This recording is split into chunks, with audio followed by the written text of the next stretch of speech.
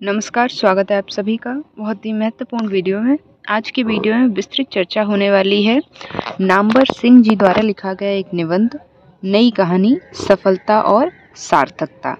ये निबंध जो है नामवर सिंह जी की एक पूरी निबंध संग्रह की पुस्तक है, कहानी नई कहानी, उससे ये निबंध संकलित है। तो ये बात आपको पता होनी चाहिए, क्योंकि फॉर एग्जाम्पल इस निबंध से आपसे सप्रसंग व्याख्या के लिए कोई पैराग्राफ दे दिया जाता है और आपसे सप्रसंग व्याख्या लिखने के लिए पूछा जाता है, तो जाहिर सी बात है आपको उसका संदर्भ लिखना होगा सबसे पहले। तो संदर्भ में आप ये बात बताएंगे कि ये निबंध कहाँ से संकलित है, इसलिए मैंने आपको बताया है कि ये निबंध किस पुस्तक से संकलित है। एक बार आप फिर से सुन लीजिए, ये निबंध कहानी नई कहानी पुस्तक से संकलित है, जो कि नामवर सिंह जी की निबंध संग्रह की एक बहुत ही महत्वपूर्ण और सुप्रसिद्ध पुस्तक है। तो सबसे पहले मैं सीक्वेंस बता दूं कि इस वीडियो में क्रमवार तरीके से किन किन बातों पर चर्चा होगी। सबसे पहले मैं इस निबंध का सारांश आपको बताऊंगी, जिससे कि आपको इस निबंध में छिपे मूल तथ्य पता चल जाएंगे और मोटे मोटे तौर पर अंदाज़ा लग जाएगा कि आखिर इस निबंध में किन विषयों पर चर्चा की जाने वाली है। और आपको अगर सारांश पूछा जाता है परीक्षा में, तो फिर आप सारांश भी बेहतर ढंग से देख पाएंगे। दूसरे नंबर पर चर्चा होगी इसकी विस्तृत समीक्षा, या फिर कह लीजिए इसका विस्तृत विश्लेषण करते हुए इस निबंध की क्या विशेषताएं हैं, मुख्य मुख्य विशेषताओं पर भी मैं चर्चा कर दूंगी, ताकि इस निबंध से आपकी परीक्षा में कोई भी प्रश्न पूछा जाए आप उसका उत्तर देने में सक्षम हो जाएं। तो चलिए बिना समय ज़ाया किए वीडियो को शुरू कर लेते हैं। सबसे पहले बात करते हैं इस निबंध के सारांश पर। तो कहानी नई कहानी पुस्तक से ये संकलित है, तो इस निबंध के सारांश पर चर्चा करते हैं। तो नामवर सिंह जी का यह निबंध नई कहानी आंदोलन की आलोचना पर केंद्रित है, जिसमें वे नई कहानी की शिल्पगत सफलता और वैचारिक सार्थकता की पड़ताल करते हुए नजर आते हैं। नामवर सिंह जी इस बात पर जोर देते हैं कि कहानी को अब केवल मनोरंजन या शिल्प के आधार पर नहीं, बल्कि उसकी विचारधारात्मक, यानी उसमें क्या विचारधारा निहित है, उसके आधार पर और सामाजिक प्रासंगिकता के संदर्भ में परखा जाना चाहिए। एक तो वो कहते हैं जो पहले से प्रिजुडिस सेट कर लिए जाते हैं, उनसे हमें दूर रहना है। जब हम कहानी को पढ़ें, उसकी आलोचना करें, यानी हमारे ऊपर पहले से कोई विचार हमारे दिमाग में निहित नहीं होने चाहिए, क्योंकि अगर हमारे दिमाग में पहले से ही किसी व्यक्ति के प्रति, किसी रचना के प्रति कोई धारणा सेट हो जाएगी, तो हम उसकी व्याख्या या समीक्षा बेहतर ढंग से नहीं कर पाएंगे। तो ये निबंध जो है आलोचकों और समीक्षकों को भी केंद्र में रखकर लिखा गया है।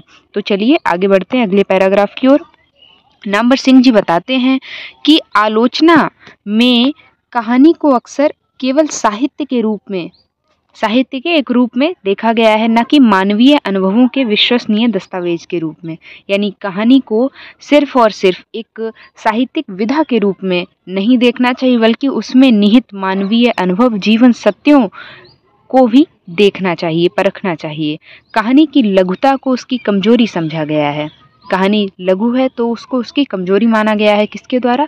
आलोचकों के द्वारा। लेकिन अब ये जो मत है, ये जो किसी भी कहानी की आलोचना करने का बिंदु है, इसको बदलना होगा। और मान लिया जाता है कि उसमें यानी कि कहानी में व्यापक जीवन की गहनता नहीं दिखाई जा सकती। यानी कि जो कहानी अगर लघु कथा है, तो उसमें जीवन की व्यापकता निहित नहीं हो सकती, ऐसा समीक्षक मानते हैं। ये बात कौन बता रहे हैं? नामवर सिंह जी। इसी कारण कहानी को वह प्रतिष्ठा नहीं मिली जो कविता और उपन्यास को प्राप्त होती है। यानी अब जो पूर्व निर्धारित मापदंड हैं, उनको बदलने पर जोर देते हैं नामवर सिंह जी। तो इस बात को आप समझते चलिएगा और नोट डाउन करते हुए चलिएगा, जो बिंदु मैं अलग से आपको बता रही हूँ। अगर आपके सामने टेक्स्ट रखा हुआ है, ये निबंध का प्रिंट आउट आपने निकलवा लिया है, तो वेल एंड गुड, आप उसी में ये चीज़ें मार्क करते चलिए, ताकि जब आप रिवीजन करेंगे तो तथ्य आपके सामने होंगे और आप विषय से इसका बेहतर ढंग से लिखने में सक्षम हो पाएंगे। अगले पैराग्राफ की ओर बढ़ें तो नामवर सिंह जी जो हैं शिल्प केंद्रित आलोचना को एक तरफा मानते हैं। यानी आलोचना दोनों पक्षों को लेकर चले, दो पक्षीय होनी चाहिए।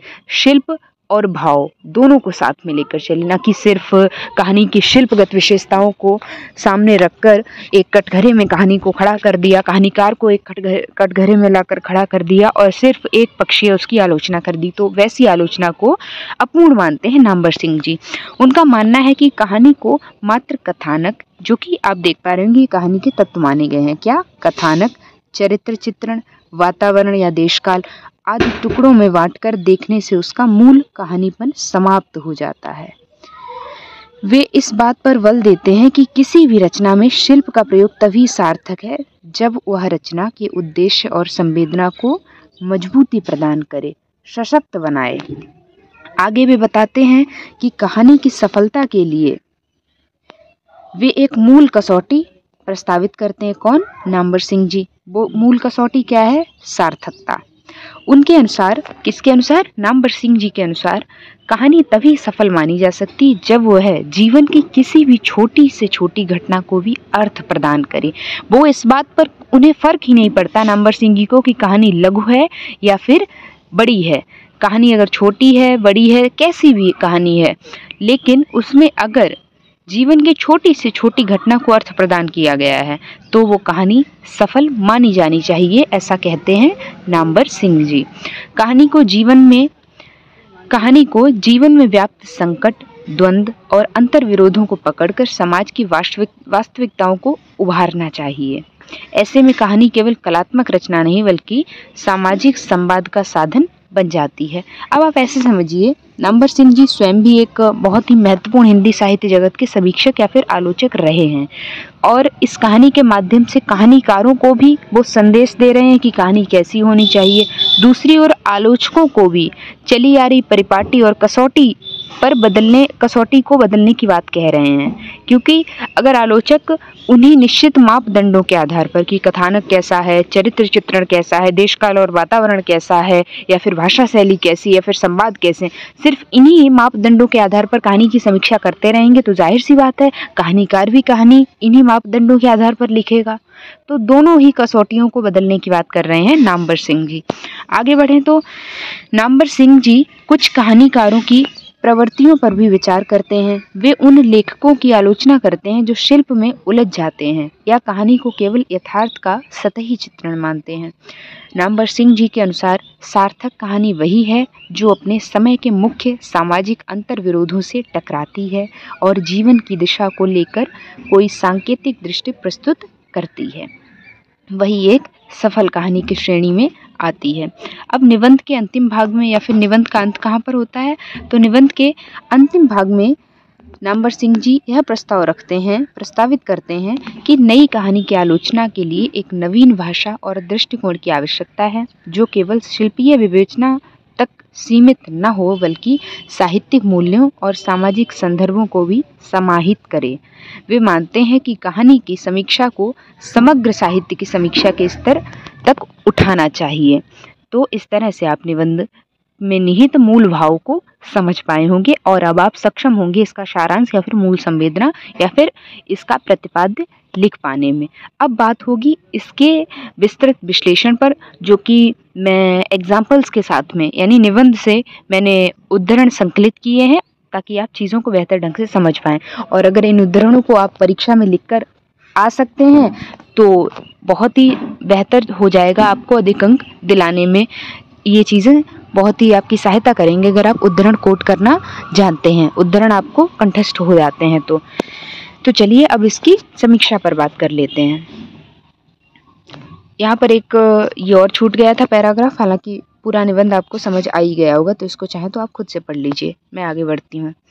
यह निबंध हिंदी आलोचना परंपरा के एक प्रखर विचारक, जिनका नाम है नामवर सिंह, इनके द्वारा लिखा गया है, जिसमें उन्होंने नई कहानी आंदोलन के साहित्यिक, शिल्पगत, वैचारिक और सामाजिक पक्षों को गहराई से जांच पड़ताल की है।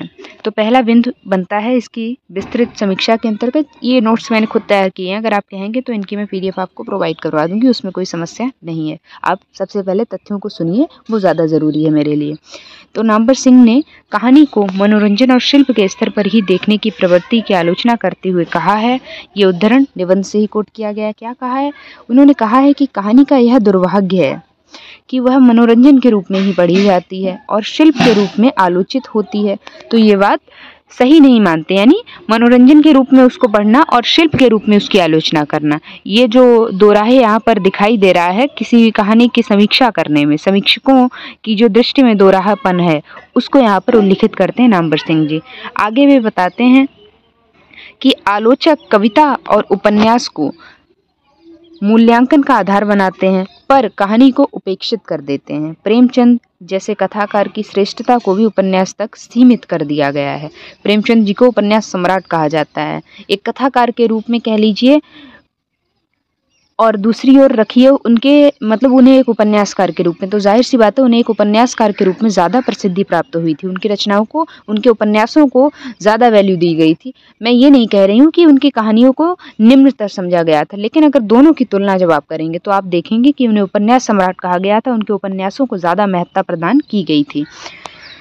इस संदर्भ में एक उदाहरण आया है निबंध में कि बहुत से लोगों के यह कहने पर भी कि प्रेमचंद उपन्यासकार से अधिक सफल कहानीकार हैं। डॉक्टर रामविलास शर्मा जैसे आलोचक ने प्रेमचंद के उपन्यासों को ही उनकी महानता का आधार माना है। तो इस तरह से आप तथ्य नोट डाउन करते हुए चलिए। आगे दूसरा बिंदु बनता है कि कहानी की सार्थकता बनाम केवल शिल्पगत सफलता। अब आप एक चीज़ नोटिस कर पा रहे होंगे कि मैंने जब आपको इसका सारांश बताया था तो मैंने ये सारे ही बिंदु कवर किए थे, लेकिन वहाँ पर विदाउट एग्जाम्पल चीज़ें थी। यहाँ पर ज़्यादा बेहतर ढंग से आप समझ जाएंगे, इसीलिए इसकी समीक्षा करना ज़्यादा महत्वपूर्ण बन जाता है ताकि आपके एक भी तथ्य न छूटें।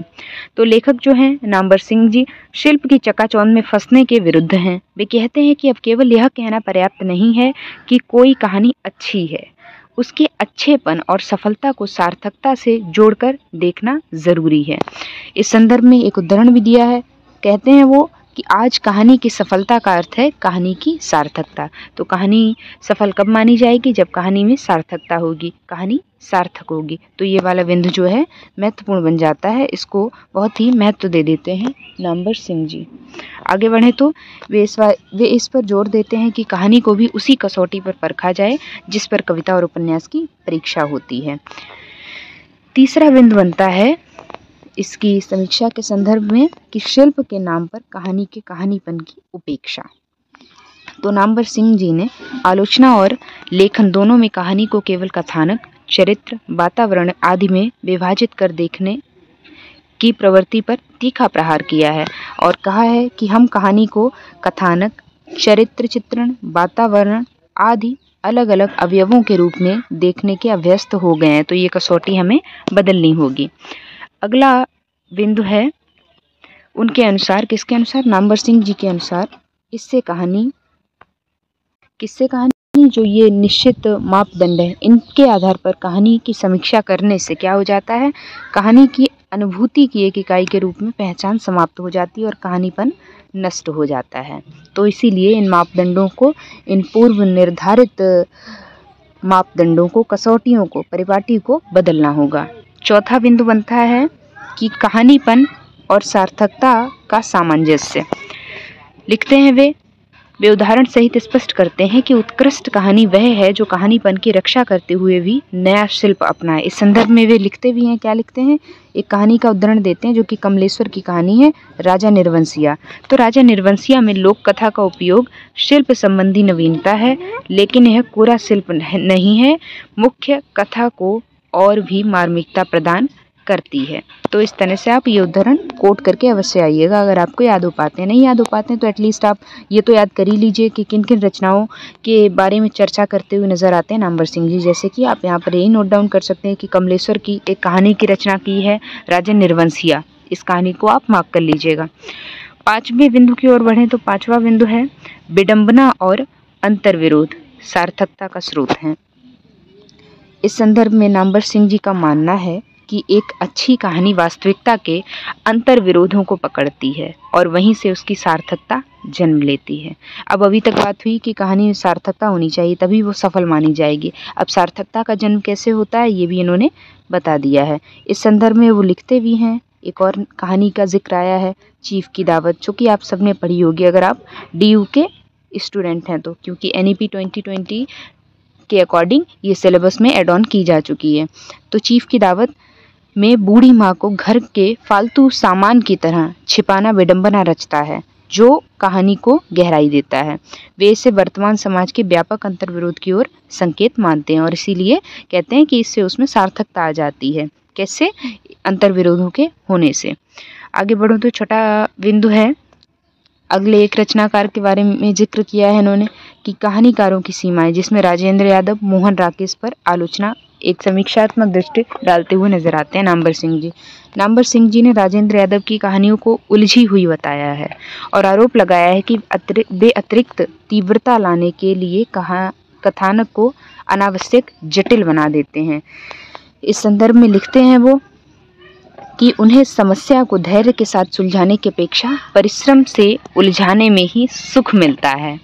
मोहन राकेश के बारे में नामवर सिंह जी कहते हैं कि उनकी कहानियाँ केवल दर्शक का सत्य प्रस्तुत करती हैं, दृष्टा का नहीं। दृष्टा कौन होता है? जो देखता है चीज़ों को।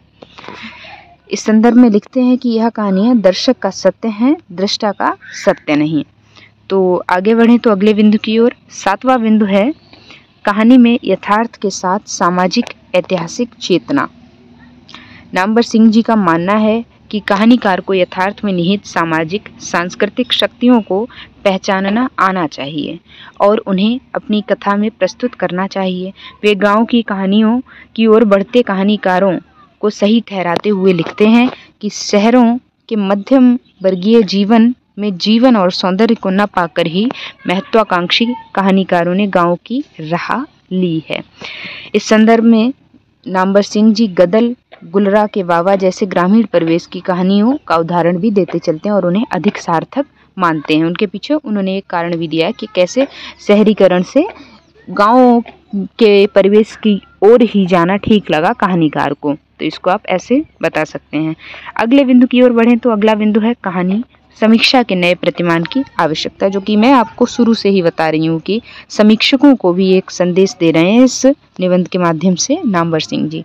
तो निबंध के अंतिम भाग में नामवर सिंह जी इस बात पर जोर देते हैं कि कहानी की समीक्षा के लिए एक नए प्रकार की आलोचना, भाषा और मूल्य प्रतिमान की आवश्यकता है।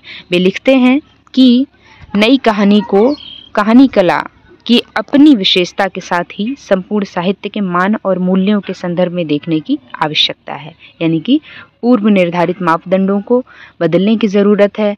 कसौटी पर न चलने के बजाय एक नए आधार पर नए मापदंड निर्धारित करने चाहिए और उन मापदंडों के आधार पर कहानी की समीक्षा करनी चाहिए। आगे बढ़ें तो अभी तक जान लेते हैं कि हमने क्या पढ़ा, यानी कि इसको वाइंड अप कर लेते हैं, इसका निष्कर्ष बता देते हैं। क्योंकि आप जब परीक्षा में उत्तर लिखते हैं तो उसका फॉर्मेट भी यही एक होता है कि उसमें आप लास्ट में निष्कर्ष अवश्य लिख कर आएँ, ताकि आपका जो उत्तर है बाकियों से अलग हो जाए और एग्जामिनर जब आपके उत्तर को पढ़े तो वो देखे कि आपने उत्तर कितने बेहतर ढंग से अंतिम में आके वाइंड अप किया है। ऐसा नहीं है कि बीच में ही आपने उत्तर छोड़ दिया है। तो निष्कर्ष तौर पर हम कह सकते हैं कि नामवर सिंह जी का यह निबंध न केवल नई कहानी के आलोचनात्मक मूल्यांकन की मांग करता है, बल्कि यह हिंदी आलोचना में कहानी के आलोचना के लिए एक सशक्त विमर्श प्रस्तुत करता है। यह निबंध साहित्य में रूप, शिल्प, वस्तु और यथार्थ के अंतर संबंधों की गहरी समझ से ओतप्रोत है। यह स्पष्ट करता है कि कहानी केवल मनोरंजन नहीं, मानवीय सत्य को उद्घाटित करने का माध्यम है, वह भी लघुता के भीतर व्यापकता समेटकर। यानी कि कहानी अगर लघु है तो उससे कोई फर्क नहीं पड़ता है, वो भी सार्थक हो सकती है, सफल हो सकती है। और उनमें क्या क्या तत्व समाहित होने चाहिए, इस पर मैंने चर्चा बहुत बेहतर ढंग से आपको बता दी है। तो इस तरह से आप इसको एक्सप्लेन करके आएँ और इससे कोई भी प्रश्न पूछा जाएगा। आई होप आपको कोई डाउट नहीं रह गया होगा। इस निबंध से संबंधित कोई भी प्रश्न पूछा जाएगा, मैं बिल्कुल श्योर हूँ अगर आपने वीडियो को बहुत बेहतर ढंग से समझा है, जो जो मैंने बातें बताई हैं उनको नोट डाउन किया है, मार्क किया है, तो डेफिनेटली आपका उत्तर बहुत ही बेहतर होने वाला है। तो वीडियो को यहीं पे एंड करते हैं। अगर आपको अभी भी कोई डाउट या क्वेरी है तो कमेंट सेक्शन हमेशा आपके लिए खुला होता है, आप वहां आकर कमेंट कर सकते हैं। अगर आपको किसी भी टॉपिक में डाउट है तो उसके लिए भी आप कमेंट करिए, उस पर आपको नया वीडियो बहुत ही जल्द मिल जाएगा। चैनल को सब्सक्राइब करना बिल्कुल ना भूलें, क्योंकि ये चैनल सिर्फ और सिर्फ आपकी हेल्प के लिए बनाया गया है। तो मैं एक व्यापक स्तर पर आप लोगों की मदद कर पाऊँ, इसके लिए ज़रूरी है आप खुद भी चैनल को सब्सक्राइब करें और अपने साथियों को भी चैनल से ज़रूर जोड़ें, ताकि उनकी भी कुछ मैं मदद कर पाऊँ। बाकी अगर व्यक्तिगत तौर पर आप मुझसे जुड़ना चाहते हैं, आपकी कुछ परेशानियां हैं, डाउट्स हैं, या फिर आप कोई मेरा सुझाव लेना चाहते हैं, तो उसके लिए आप मुझसे इंस्टाग्राम पर भी जुड़ सकते हैं, जिसकी लिंक आपको चैनल के या फिर वीडियो के डिस्क्रिप्शन बॉक्स में मिल जाएगी। तो जितने भी आपके प्रश्न, कुछ भी परेशानी समस्याएं, वो कमेंट करिए, या फिर आपको लगता है व्यक्तिगत तौर पर आप मुझसे जुड़ना चाहते हैं तो इंस्टाग्राम पर आकर मुझसे बातचीत कर सकते हैं। बाकी मिलते हैं किसी अन्य महत्वपूर्ण वीडियो में, अन्य महत्वपूर्ण टॉपिक के साथ में। तब तक के लिए पढ़ते रहिए, सीखते रहिए। Thanks for watching this video.